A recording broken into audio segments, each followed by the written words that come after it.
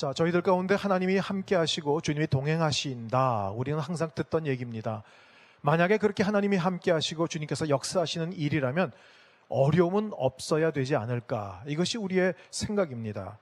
저희 믿음 가운데 오해하고 있는 것 중에 하나는 예수님이 내 인생에 그렇게 역사하시고 함께 하신다면 절대로 아프거나 힘든 역경, 고난이 있지 않아야 되는 것이 아닌가라는 것입니다. 그래서 저희들은 우리의 믿음의 여정 가운데 혹시 이런 고난이 있거나 아픔이 있거나 어려움이 있을 때는 내게 무슨 큰 잘못이 있는 것은 아닌가, 내가 잘못한 것에 대한 그런 죄의 대가, 그 벌이 아닌가라고 생각을 합니다. 물론 그럴 때도 있습니다. 그러나 대부분의 경우 그렇지 않습니다. 자, 출애굽을 한 이스라엘 백성들, 젖과 꿀이 흐르는 땅을 약속으로 받았습니다. 그런데 나가자마자 그들이 경험한 것은 행복과 그야말로 젖과 꿀이 흐르는 그런 것이 아니라 그들이 출애굽하자마자 제일 먼저 겪은 것은 아말렉과의 전쟁이었습니다. 아니, 지금 분명히 하나님이 우리 인도하신다고 해서 나왔는데, 하나님께서는 우리로 하여금 젖과 꿀이 흐르는 땅을 주시겠다라고 해서 나왔는데, 자유를 주시겠다고 해서 나왔는데, 아니 지금 이게 무슨 전쟁이냐. 우리는 그동안 한 번도 전쟁을 연습한 적도 없고 무슨 전술과 전략이 있는 것도 아닌데 지금 뭐 한 거냐. 변변한 무기가 있는 것도 아닌데 이거 우리 잘못 따라 나온 거 아니냐. 아마 그런 생각이 있을 것입니다. 그런데 여러분, 그 전쟁을 통해서 그들이 경험한 것은 무엇입니까? 우리들은 실력도 없어요. 무기도 없어요. 경험도 하나도 없어요. 그런데 그것에 상관없이 모세가 손을 들고 기도하면 그 전쟁은 이기고 손을 내리면 진다라는 것입니다. 무엇이에요? 하나님의 전쟁 방법을 배우게 된 것입니다. 아, 우리의 힘과 실력이 전부가 아니구나. 우리가 얼만큼 하나님을 의지하고 신뢰하는지 바로 그것을 하나님이 우리 가운데 알려주시는 것이구나. 하나님께서는 이 출애굽의 여정을 통해서 또 크고 작은 어려움을 통해서 하나님이 누구신지, 하나님과 동행하는 것이 어떤 것인지를 알려주신 것입니다. 자, 그렇다면 출애굽 얘기가 나왔으니까요, 출애굽의 진정한 목적이 무엇일까요? 그냥 단순히 애굽에서 종되었고 노예됐으니까 이제 거기서 나와서 우린 자유다, 과연 그걸까요? 아니면 새로운 새 땅을 줬으니까 여기서 너희들 마음껏 행복하게 살아라, 그걸까요? 자, 출애굽의 이유와 목적을 하나님이 분명하게 말씀하셨습니다. 그것이 출애굽기 29장 45절 46절입니다. 자, 제가 한번 읽어드릴게요.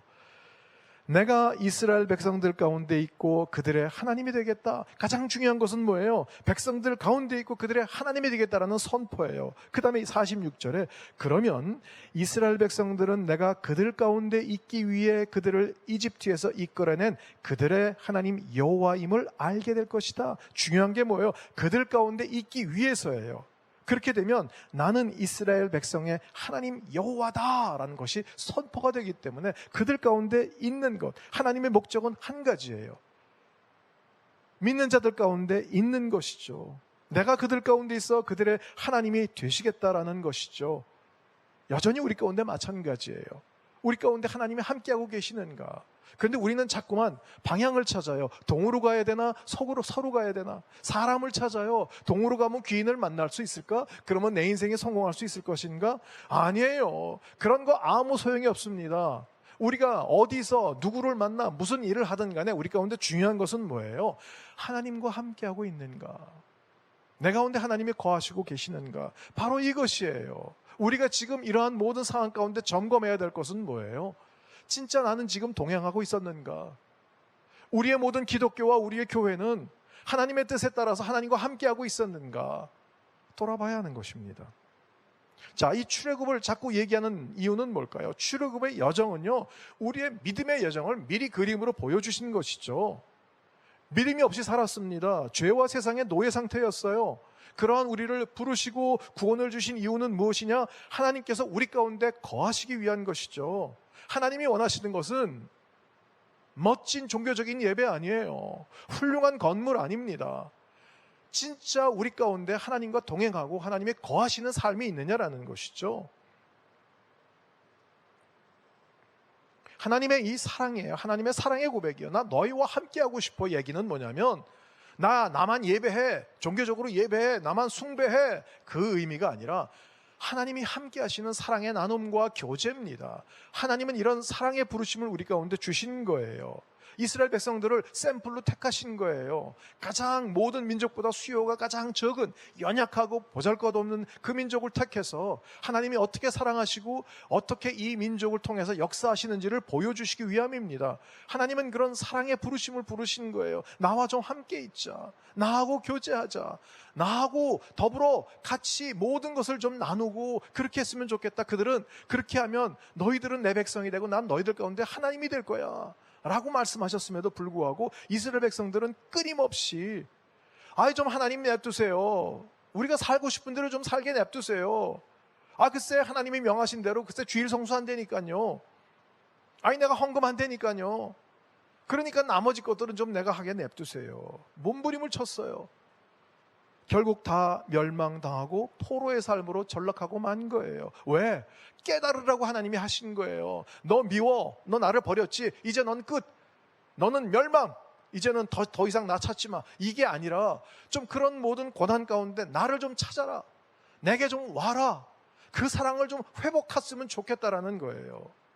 하나님은 절대로 그 은혜의 손길 포기하지 않으십니다. 여전히 그의 백성들 가운데 계셔서 어떻게 하셨어요? 다시 불러주셨어요. 그래서 좀 하나님과 동행하는 삶으로 인도하시기 위해서 70여 만에 포로에서 귀환하게 하시고요. 그 무너진 성전을 고치고 또 성벽을 다시 세우도록 지금 하고 있는 모습이에요. 저희들이 지금 보고 있는 그런 느헤미야 바로 그러한 것 중에 하나입니다. 그러니까 저희들은 항상 그 큰 그림을 머릿속에 두고 있어야 돼요. 이것은 하나님의 부르심이구나. 지금 성전이 회파가 되고 성벽이 무너졌다라는 얘기는 뭐예요?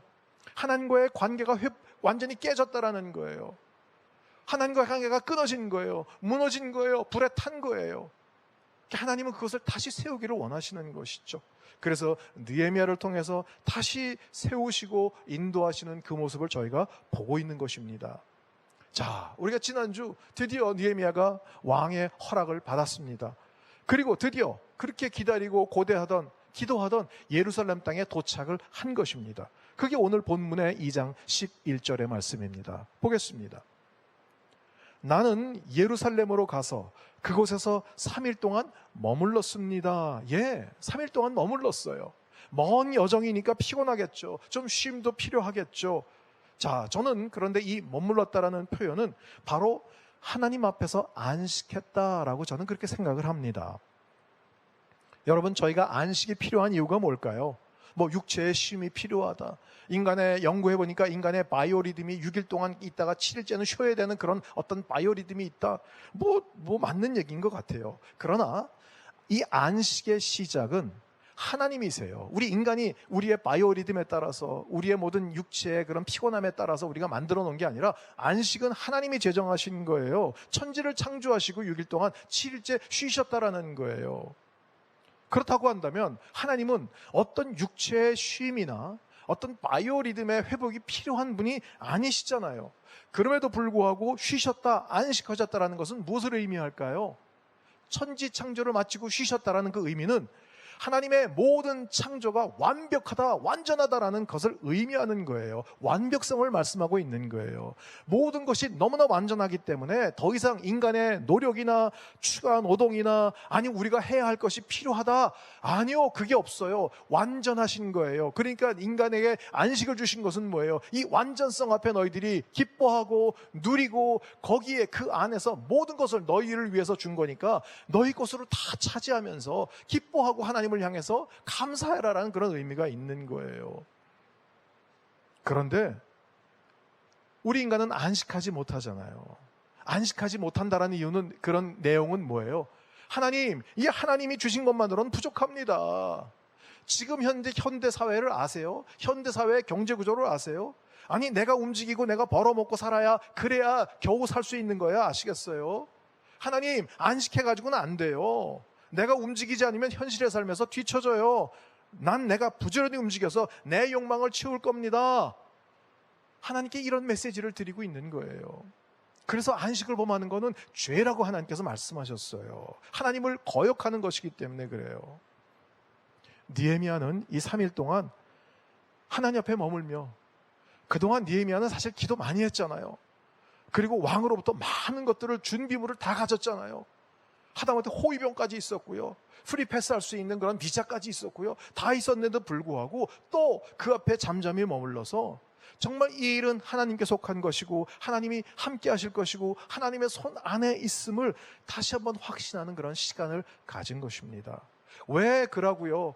정말 빨리 그 지역의 유지를 만나고 건축 관련 종사자들을 만나서 빨리 설계도면 그리고요, 빨리 일을 시작하고 싶은 마음이 왜 없었겠습니까? 그러나 느헤미야는 가장 소중하고 급한 것, 우선권이 어디에 있는지를 알고 있었기에 3일 동안 잠잠히 머물러 있었다라는 것입니다.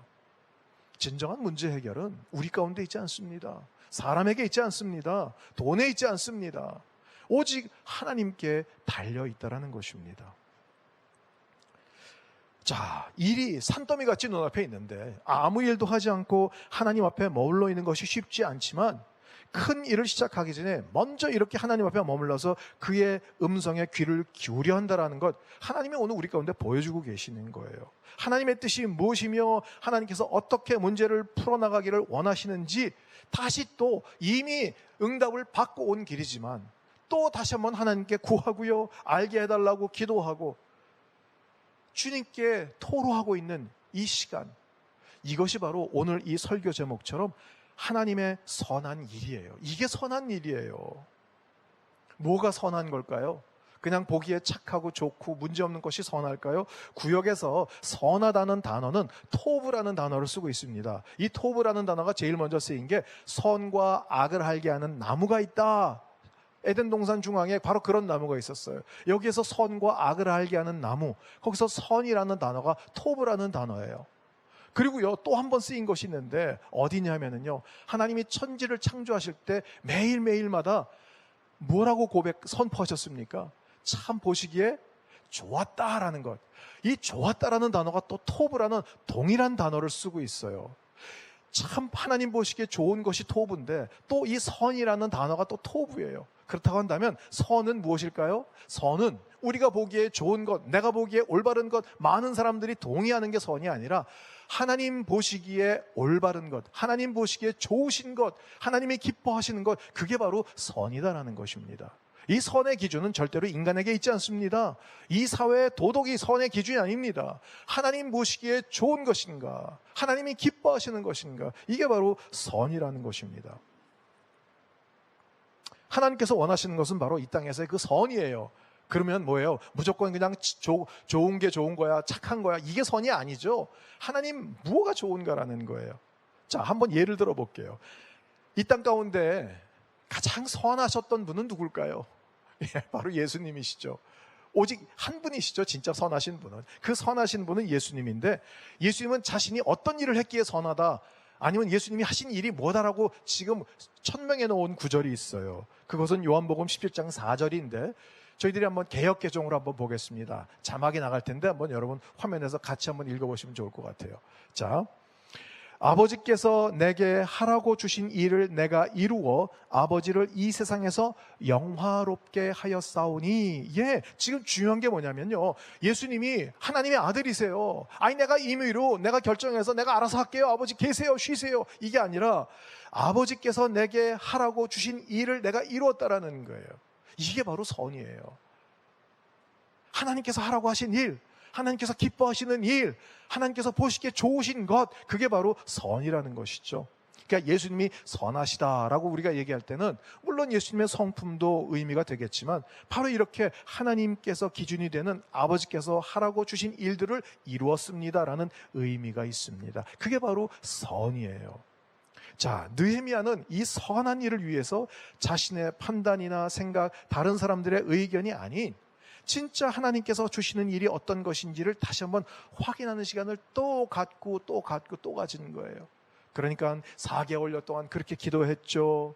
또 오는 길 내내 기도했겠죠. 도착해서 3일 동안 주님 앞에 머무르면서 또 기도한 거예요. 이 일 가운데 정말 주님이 기뻐하시는 게 무엇인가, 하나님께서 이 일을 어떻게 이루실 것인가, 다시 한번 주님 앞에 있었던 거예요. 저희가 오늘 본문 느헤미야 2장 12절 한번 읽어보겠습니다. 그러던 중 밤에 몇 사람을 데리고 순찰을 나갔습니다. 나는 내 하나님께서 내 마음에 예루살렘을 위해 할 일을 정해주신 것을 아무에게도 말하지 않은 상태였습니다. 내가 타고 있던 말 외에는 탈 곳도 없었습니다. 자, 이 느헤미야는 예루살렘 성벽 재건이라는 하나님과의 관계 회복이라는 중요한 정말 사명을 앞두고 먼저 하나님 앞에 머물며 주님의 음성을 들었죠. 그리고 뭐라고 고백하고 있습니까? 나는 내 하나님께서 내 마음에 예루살렘을 위해 할 일을 정해두신 것, 하나님이 정해주신 것, 자기가 정한 게 아니에요. 내가 계획한 거 아니에요. 다른 사람의 얘기를 듣고 계획을 또 새롭게 변경하고 수립한 게 아니라 하나님이 정해주신 것이죠. 그리고 나서 그것을 듣고 난 후에 3일 후에 몇 사람과 함께 일어나 밤중에 아무도 모르게 그 무너진 성벽의 현장을 답사합니다. 정말 무너진 그런 모든 현장의 모습, 백성들의 고통스러운 모습들을 본 거예요. 그래서 깊이 느끼는 시간을 가진 거예요. 여러분, 현장의 문제를 모른 채 다른 사람들의 보고만 듣고 탁상 행정으로 일을 하지 않았다는 거 굉장히 중요합니다. 자, 그런데 아무에게도 말을 안 해요. 좀 답답하잖아요. 아니, 좀 느헤미야는 자신이 야, 내가 이거 다 재건하러 왔어, 걱정하지 마, 좀 이런 거 선포하지 않고 왜 침묵 속에 했을까요? 만약에 발표부터 했다면 반대하는 사람들은 말할 것도 없고요, 같은 동족인 유다 사람들까지도 아마 비웃고 조롱했을 것입니다. 유다 사람들은 포로 귀환 이후에 지금 몇 번의 실패로 인해 야, 이거 해도 안 돼라는 절망감에 사로잡혀 있었어요. 그러니까 느헤미야가 뭔가를 새롭게 얘기해도요, 그거 쉽게 받아들일 수가 없었어요.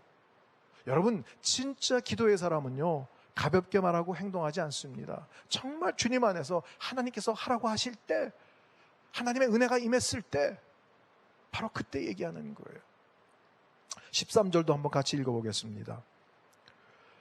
그 밤에 나는 골짜기 문으로 나갔습니다. 용 우물과 거름 문으로 향하면서 살펴보니 예루살렘 성벽은 다 무너졌고 성문들은 모두 불에 탄 채로 버려져 있었습니다.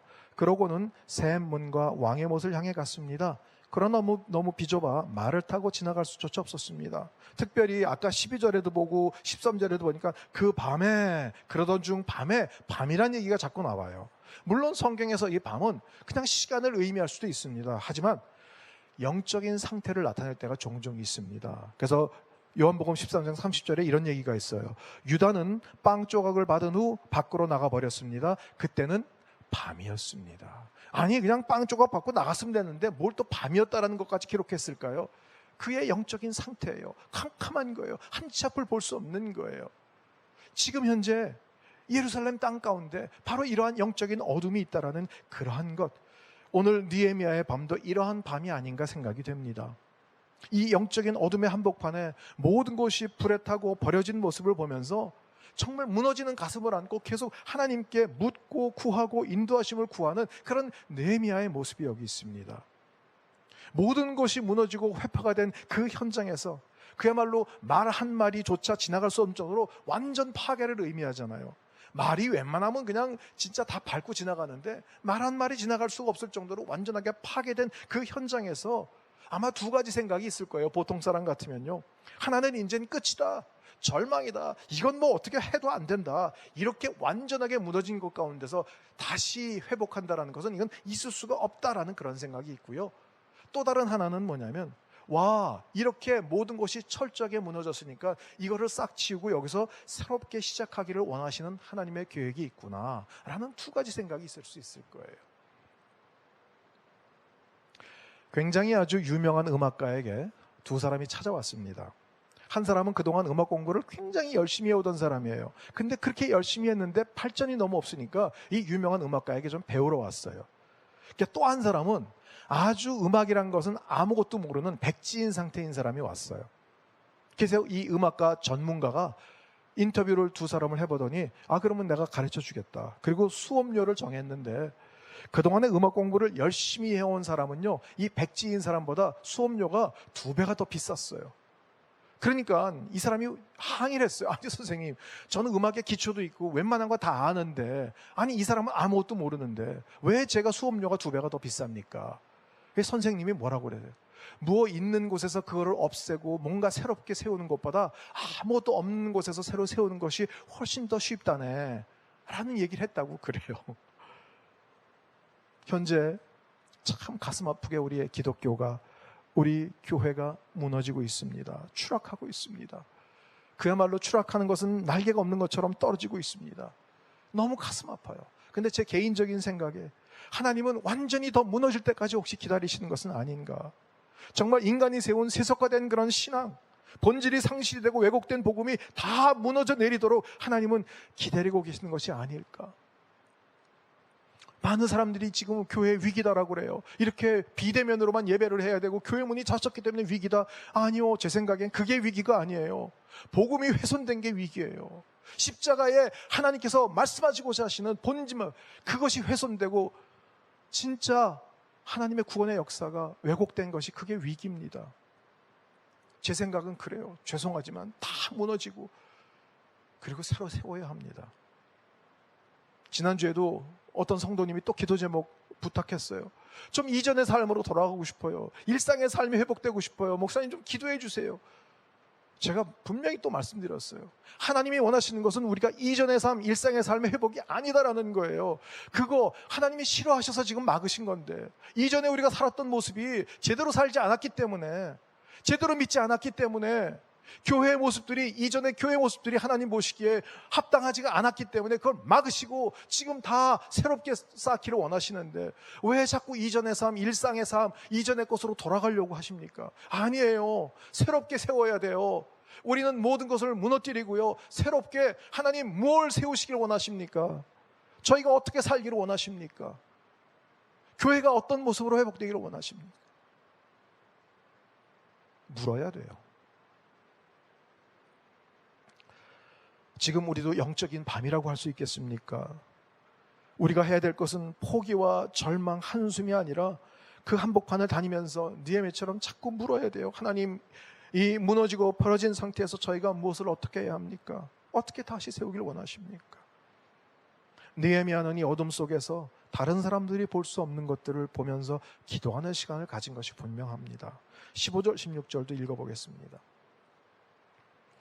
그래서 나는 밤에 시내를 따라 올라가면서 성벽을 살피고 골짜기 문을 지나 되돌아왔습니다. 관리들은 내가 어디에 갔는지 무엇을 했는지 알지 못했습니다. 내가 유다 사람이나 제사장이나 귀족이나 관리나 그 일을 하게 될 다른 어떤 사람에게도 이것을 말하지 않았기 때문이었습니다. 계속해서 느헤미야는 아무도 알지 못하게 행동하고 있습니다. 이것은 뭐예요? 비밀이니까 넌 몰라도 돼, 이게 아니라 하나님께만 집중하고 있는 그런 모습이죠. 또 사람의 말을 듣고 전문가의 의견을 따르기 전에 살피면서 계속 그는 하나님께 묻고 또 묻는 시간을 갖는 것입니다. 여러분, 만약에 우리 인생에 무너진 부분이 있고요, 우리 가정 가운데, 우리 교회 가운데 이렇게 회파된 것이 있으면 어떤 것을 먼저 해야 합니까? 정말 하나님 앞에 잠잠히 머물러서 이 현실을 보면서 질문하고 그 음성에 귀를 기울이는 그러한 시간이 필요한 것입니다. 진정한 건강한 믿음은 질문이 필수입니다. 아무것도 묻지도 말고 따지지도 않고, 아니요, 그거 아닙니다. 사람에게 질문하는 것이 아닌 하나님께 질문하고 하나님께 나가야 돼요. 주님, 제가 고쳐야 할 것이 무엇입니까? 하나님, 이 나라 이민족의 모든 그런 리더십들 가운데 제가 판단하고 지적하기 전에 내가 먼저 고쳐야 될 것은 무엇입니까? 물어야 됩니다. 그런데 이게 안타까운 것은 한두 번에 들리지가 않는다라는 얘기예요. 자꾸 훈련해야 합니다. 그 앞에 머무르는 시간이 오래 있어야 됩니다. 마치 영어를 배우듯 자꾸 듣고 들어야 귀가 열린다라는 것이죠. 이것은 하나님과의 관계 가운데 깊은 관계를 의미하는 것입니다. 17절 또 보겠습니다. 느헤미야 2장 17절입니다. 그 후 나는 그들에게 말했습니다. 우리가 당면한 고난은 여러분이 보는 바와 같소. 예루살렘은 폐허가 됐고 그 성문들은 불에 타버렸소. 자, 이제 우리가 예루살렘 성벽을 재건합시다. 그러면 우리가 다시는 수치를 당하지 않을 것이요. 느헤미야는 그러한 시간을 보낸 후에 아주 중요한 선언을 합니다. 유다 사람들을 만나서 재건에 동참해달라고 담대히 요청을 하는데요. 왜 예루살렘 성벽을 재건해야 하는지 그 이유와 목적에 대해서 명확하게 알려주면서 동참을 호소하고 있습니다. 우선 느헤미야는 현실을 왜곡하지 않았어요. 미화시킨 게 없어요. 자, 여러분, 우리가 당면한 고난을 보는 바와 같다. 폐허가 되고 불에 탔다라는 거예요. 이거 조금만 탄 것 같은데 아니요, 그런 거 안 했어요. 그러니까 정말 우리의 현 주소를 정확하게 아는 게 필요해요. 그러면서 느헤미야는 자기 자신과 유대 백성들을 동일시했어요. 우리라는 단어가 3번이나 등장을 합니다. 우리가 당면한 고난은, 자, 이제 우리가 예루살렘 성벽을 재건합시다. 우리가 다시 수치를 당할 것이 않을 것이요. 우리라고 지금 3번이나 반복했어요. 무슨 얘기예요? 느헤미야는 자신을, 야, 내가 바사에서 부임한 고관 총독이야, 왜 이래? 아니요, 이런 허세가 없었어요. 또 유다 사람들에게, 야, 난 왕이 특명을 줘서 온 내가 너희들에게 베푸는 사람이야, 무슨 선행가이처럼 행세도 하지 않았어요. 우리라는 얘기를 통해서 자신을 거기에다 동일시한 거예요. 그 땅에 처음 갔는데, 자기는 그 땅에서 태어나지도 않았음에도 불구하고요. 그러면서 백성들에게 소망을 제시했어요. 자, 이 성벽을 우리가 재건함으로써 수치를 당하지 않을 것이다 라고 선포한 거예요. 아니, 수치를 당한다는 게 뭐예요? 창피인데. 그럼 이 성벽을 딱 세우고 문 딱 올바로 달아가지고 번듯한 건물과 벽을 세워가지고 이제 됐어, 그걸 얘기하는 것일까요? 여기 수치가 뭘까요? 수치라는 단어가 우리 여호수아서에 나오죠. 자, 한번 볼까요? 여호수아서 5장 9절입니다. 그때 여호와께서 여호수아에게 말씀하셨습니다. 오늘 내가 너희에게서 이집트의 수치를 굴러내 버렸다. 그리하여 그곳 이름이 오늘까지 길갈이라 불리게 됐습니다. 예, 잘 알고 있는 말씀이죠. 이것은 출애굽 후 할례를 행한 후에 하나님이 주신 말씀이에요. 할례는 뭐예요? 이제 내 백성이다라는 하나님의 사인이 있는 거예요. 이제 너는 믿음으로 살아라. 오직 믿음으로만 살 수 있다라는 그런 의미예요. 그러고 나서 하나님이 수치가 없어졌다라는 거예요. 그러니까 우리가 진정으로 수치를 면하는 것은 뭐예요? 세속적으로 돈 많이 벌고 성공하고 높은 자리에 올라가서 다른 사람보다 좀 떵떵거리며 사는 거, 그게 수치를 면하는 것이 아니라 진정한 하나님의 백성의 위치를 회복하는 거예요. 하나님의 자녀의 그 위치를 잃어버린 백성은요, 노예로 살 수밖에 없습니다. 우리 인생 역시 마찬가지예요. 그러니까 하나님 없이 사는 인생은 그냥 모든 세속의 문화와 물질의 신 앞에 종이에요, 종. 끌려다니는 노예예요. 돈이 시키는 대로 하는 거예요. 육신의 정욕이 하라고 하는 대로 하는 거예요. 그냥 자기 느낌과 기분으로 하는 거예요. 우리 신부는 하나님의 자녀입니다. 그럼에도 불구하고 이 놀라운 지혜를 잃어버리고 종과 노예의 삶으로 사는 것 자체가 그게 수치인 것입니다. 그래서 예수님은 어떻게 하셨어요? 누구든지 예수 그리스도를 영접하는 사람에게는 하나님의 자녀가 되는 권세, 이 수치를 면하는 그러한 놀라운 은혜를 우리 가운데 주셨어요. 그럼에도 불구하고 예수님을 나는 믿습니다라고 고백을 했는데도 불구하고 저와 여러분이요, 여전히 세상과 돈과 명예, 쾌락, 이런 것에 노예로 살고 있는 그러한 삶은 아니었는지. 참 죄송하게도 가장 구별되고 순결해야 하는 교회조차 돈에 묶여서 정말 세습과 편법과 불법을 행하고 있는 이러한 모든 모습들, 하나님께서 얼마나 복이 역겨우셨을까요? 얼마나 하나님 힘드셨을까요? 그래서 이제 하나님께서 이것들 다 하나씩 하나씩 무너뜨리고 계신 것은 아닌지, 빨리 저희들이 우리의 자리를 회복해야 합니다. 그럼에도 불구하고 저희들은 여전히 뭐라고 생각해요? 아니야, 이거는 내가 돈이 없어서 그래. 내가 배우질 못해서 그래. 내가 지금 지위가 낮아서 그래. 아니요, 절대 그렇지 않습니다. 빨리 하나님의 백성의 자리로 돌아가는 것, 이것만이, 하나님의 자녀의 위치로 돌아가는 것, 그것만이 우리의 수치 회복하는 그런 유일한 길입니다. 주님 말씀하셨잖아요. 내가 이스라엘 백성들의 가운데 있고 그들의 하나님이 되겠다라는 거예요. 지금 우리 가운데 기도해야 될 제목은 바로 이거예요. 예, 주님, 다시 한번 저희들 가운데 오셔서 우리의 하나님이 되시고 우리는 주님의 백성이 되겠습니다. 그렇게 하셔야, 그래서 하나님의 손이 임해서 하나님이 정리해 주시고 하나님이 막아 주시고 하나님이 회복시켜 주셔야, 그래야 이 세상은 다시 한번 온전하게 세워질 수 있는 것입니다. 자, 느헤미야 2장 18절 말씀도 보겠습니다.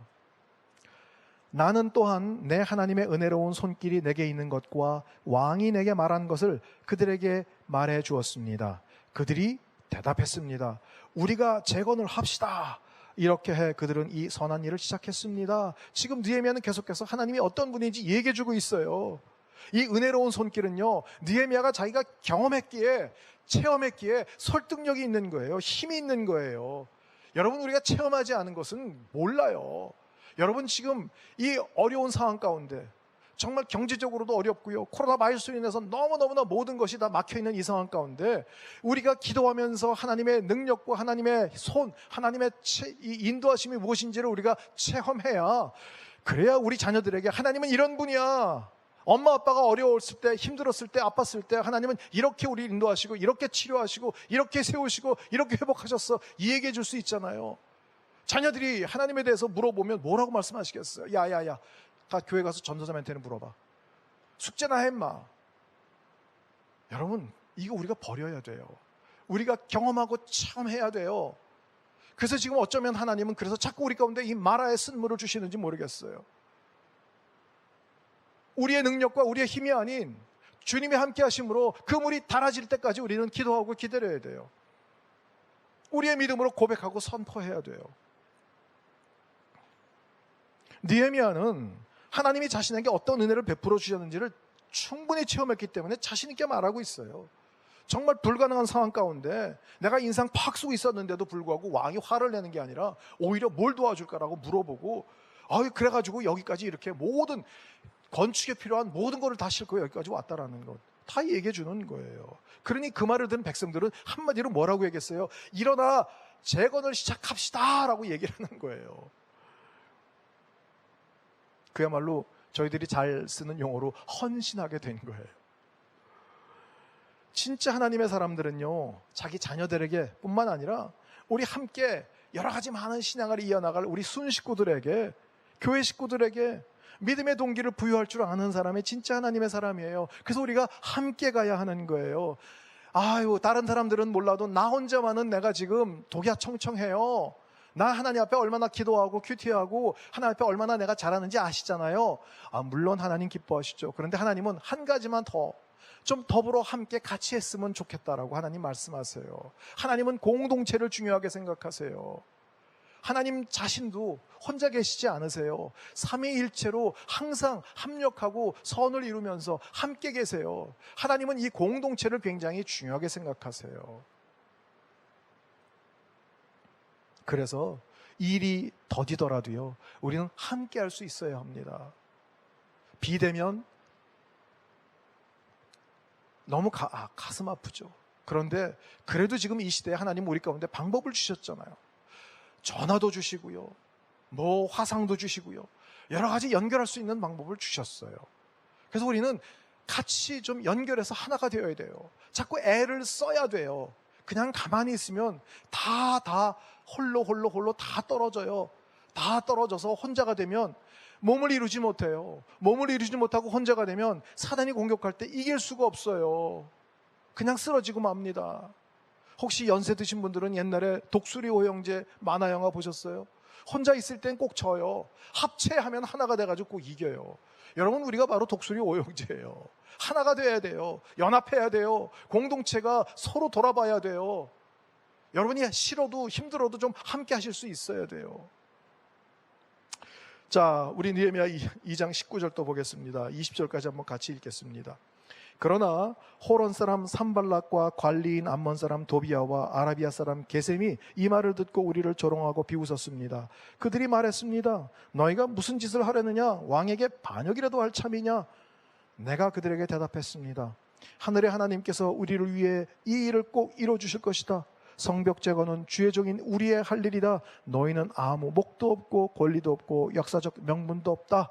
드디어 대적 3인방 이름이 나옵니다. 산발락, 도비야, 게셈. 이제 앞으로 계속 나올 거예요. 자, 느헤미야가 재건을 위해서 사람들에게 비전을 제시하고 동기를 부여하며 사람들이 하나가 됐을 때 이 대적들이 드디어 악마의 발톱을 드러내기 시작했어요. 이들 사마리아를 통치하던 지도자들급이었는데 이젠 유다가 다시 재건이 되면 자신들의 통치 영역이 줄어들기 때문에 이게 시기한 거예요. 그래서 반대한 거예요. 자, 말씀을 시작하기 전에 제가 또 말씀드린 것처럼 하나님의 일이기 때문에 장애물이 없을 것이다? 아니요, 그렇지 않다라고 말씀을 드렸죠. 하나님의 대적자인 사단은요, 어떻게 해서든지 하나님의 사람들이 이 무너진 부분을 보수하고 다시 일어서려는, 하나님과의 관계가 회복이 되려는 것, 우리가 서로 하나가 되려는 것을 방해하고 공격합니다. 그러면 하나님 전지전능하시다며요. 그럼 하나님이 좀 미리 알고 막아주시지. 그래요. 그런데 하나님은요, 다 아심에도 불구하고 어떨 땐 허락하세요. 그래서 이러한 일들을 통해서 그 자녀들이 그것을 뚫고 나가면서 믿음의 영적인 근육, 믿음의 근육이 생기기 하나님께서 그렇게 행하세요. 나이가 들면서 이제 필요한 것이 뭐냐면 진짜 근육입니다. 뼈가 약해지기 때문에 근육의 힘으로 버텨야 됩니다. 그런데 이 근육을 만들기 위해서는 다른 방법이 없어요. 아무리 무슨 산의 진미를 먹고 보약을 아무리 먹어도 근육이 생기지가 않아요. 배만 나오지. 어떻게 해야 근육이 생기죠? 운동해야 돼요. 운동. 여러분 생각해 보세요. 체육관에 나가서 운동할 때 그냥 내나요? 내가 돈 내죠? 그리고 체육관에서 운동하는데 운동법을 모르니까 또 선생님이 해가지고 선생님한테 또 돈 들이죠? 자, 사용료 내고 가르쳐주는 방법도 내가 다 내 돈 냈어요. 그런데 고생은 누가 해요? 내가 그 무거운 쇳덩이를 들어야 돼요. 쇳덩이 들 때 너무 힘드니까 선생님 일로 와. 내가 돈 줬잖아. 당신이 들어. 이렇게 해야 되는데 그렇게 안 해요. 내가 그 무거운 쇳덩이를 들고 바들바들 떨고요. 어떨 때는 그 선생님이 야단쳐요. 한 번만 더요. 더. 그래가지고 안 돼요. 근데 그렇게 해야 근육이 생기는 거예요. 하나님은요, 사단이 그의 백성들을 방해하고 힘들게 하기 위해서 펼쳐놓은 그 수없이 많은 무거운 쇳덩어리 방해물들을 그를 들고 뚫고 나가도록 격려하시고요. 그렇게 그것을 통해서 그것을 지나갈 때 우리 가운데 진짜 영적인 근육이 생기게 하나님 그렇게 해주시는 거예요. 오늘 이 대적들이 공격한 방법은 뭐예요? 조롱하고 비웃고 있어요. 또한 왕에게 반역할 셈이냐라고 이제 거국적으로 국가 반역죄로 또 몰고 나가고 있어요. 자, 이러한 것에 느헤미야는 어떻게 대처했습니까? 하늘의 하나님, 곧 전능한 하나님을 선포했어요. 하나님이 이 일을 시작하게 하셨기 때문에 반드시 이루어질 것이다 라고 선포한 거예요. 너희들과는 상관이 없다. 그냥 진짜로 건축 현장에서 벽을 세우는 것이면 도움의 손길이 하나라도 있으면 좋잖아요. 그런데 이 벽은 그냥 벽이 아니에요. 하나님과의 관계 회복이에요. 예배 회복이에요. 하나님과 상관없는 사람들은 할 수가 없는 일이에요. 해서는 안 되는 일이에요. 그래서 그들 가운데 상관이 없다라고 얘기를 한 거예요. 그리고 믿음으로 고백하고 선포한 거예요. 여러분, 우리가 주님의 일로 뭔가를 정말 주님의 뜻으로 다시 한번 회복하고 시작하려고 일어서려고 할 때 장애물들은 여러 가지가 있겠지만 어쩌면 그 중에 제일 큰 거는 저희들 자신일 수도 있어요. 우리 자신의 믿음의 시험이에요. 정말 하나님은 그럴 때마다 질문하시잖아요. 너 이러한 상황 가운데서도 나를 믿을 수 있겠니?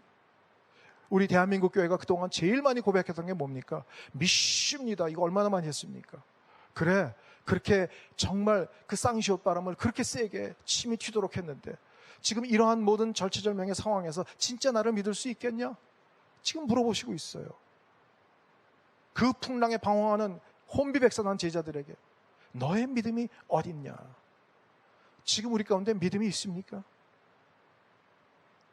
하나님 저희 가운데 계시죠? 하나님께서 오늘 저희 가운데 이 질문을 하신다면 저희들은 뭐라고 답을 할 수 있을까요? 하나님은요, 이 질문에 자신 있게 답을 할 수 있는 사람을 찾으십니다. 그런데 안타까운 구절이 있어요. 마지막으로 우리 에스겔서 22장 30절 말씀 보겠습니다. 이 땅을 위해 내 앞에서 성벽을 쌓고 성의 무너진 틈에 서서 나로 하여금 성읍을 멸망시키지 못하게 할 사람을 찾았지만 그들 가운데 한 사람도 찾을 수가 없었다.